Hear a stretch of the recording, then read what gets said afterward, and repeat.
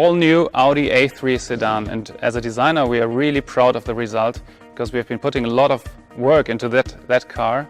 And let me begin with the front end of the car, because we see the front as the face, and therefore it's really important to give the car character and to give it personality, so to say. And if we start with the front, we have to talk about the single frame grille. And as you can see, the single frame grille has now a honeycomb pattern for the very first time in the A3. So a very three-dimensional structure that gives a lot of depth and a lot of quality to the front appearance of the car. And at the same time the grille sits very low as facing down to the road, so the whole car hunkers down and has more of a dynamic approach and a dynamic attitude towards the road. And as you can see, the grille creates also the architecture of the front. You have all the lines coming from the corners of the grille, creating a three-dimensional sculpture, as well as from the rings. There's a kind of negative power dome, we call it, that continues over the hood and stretches the front of the car. Another highlight is the headlight of the A3 sedan. Let me show you this. The headlight has a really sharp-cut shape and is really bold in its expression, as you can see, but we also have a digital daytime running light that can vary. Whether you choose a base car or an S-Line, you have different daytime running light graphics in the front, so it's an absolute innovation for our A3 sedan. Now coming to the side, the main feature on the body side of the A3 sedan is the shoulder line that runs all the way, stretching the car while still being compact. And the most important thing is dividing into light and shadow. So a very light shoulder and a very dark body side that is modeled in a really nice, precise way to give it a lot of three-dimensional sculpture. Furthermore, you have the rocker that extends towards the rear of the car, runs into the rear bumper, bringing a lot of wedge and dynamic into the side. As a designer, we would normally always pull the wheels out as much as possible to give the car a really proper stance. We have done that in a way, but instead we have pushed the body side in as much as possible. So we have a lot of three-dimensional movement going on here, creating a sculpture that pronounces quattro in a very new way. Then we have a really shallow cabin with a sloping coupe-like roofline that is also very compact sitting on the car, it's pushing the car forward. So all in all, a body side with a really sporty, dynamic appearance. The rear spoiler creates a better aerodynamic drag efficiency, while my personal highlight of the rear are the lights. Vertical stripes on the outside and the horizontal stripe on the inside create a really nicely crafted element. And together with the rear diffuser, they emphasize the width of the car.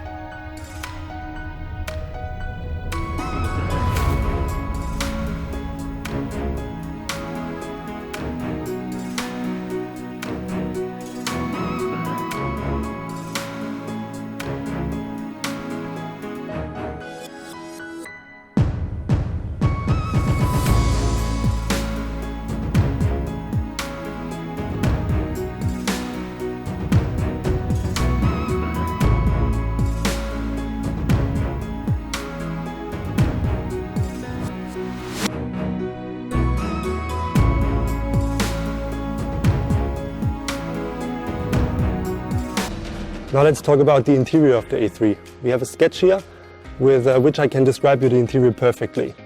We had two main goals. We wanted to follow the car's sporty nature, and we wanted to integrate the new digital content. We wanted to have a completely different layout from the passenger to the driver. That's why we used the air vents to create on the passenger side a very horizontal feeling, diving in from the side right into the steering wheel. And on the steering wheel we have a very cockpit-like feeling by putting the air vents on top of the IP. This separates the passenger from the driver. Coming from the sketch, we now see the interior in the reality. You can see all the proportions and dimensions. The air vents on top that really create this immersive cockpit, and then the very wide passenger section that creates this super slim dashboard.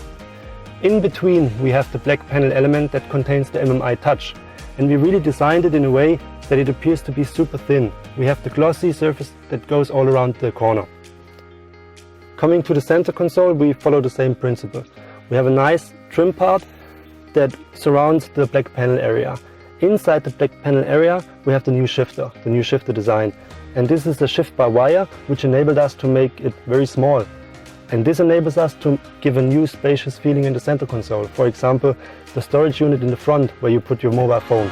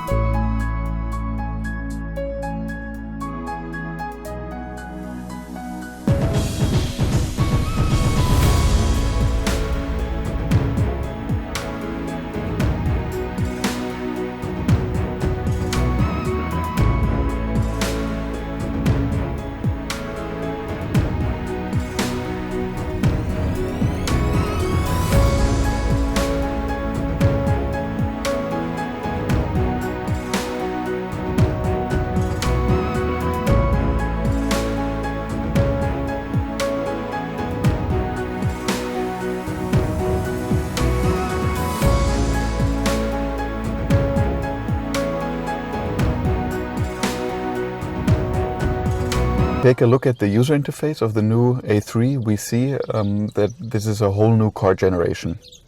In front of the driver is the fully digitalized cockpit. In the center, the 10.1-inch touchscreen. Then, in addition, for the first time in the A3, we have the head-up display. We know the head-up display from larger premium cars. Now also a full-size windshield head-up in the A3.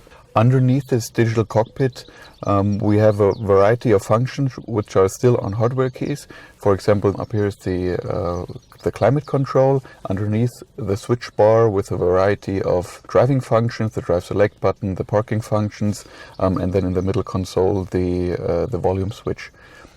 If you go back up to the touchscreen, we have all the infotainment functionality up here, and the interaction with the MMI is only with touch, and of course with a new generation of speech, which I can start here at the steering wheel. In the center screen, as I said, we have the touch screen. Basically, everybody knows how to use a map on their smartphone or on a tablet.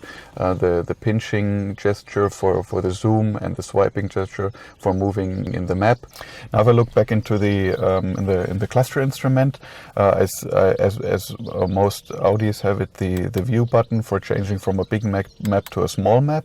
In addition, now we have 3 different styles for the cluster instrument, so you can just adjust it the way you want it, so everybody feels comfortable with it. So often a car is not only used by one person, but by the whole family.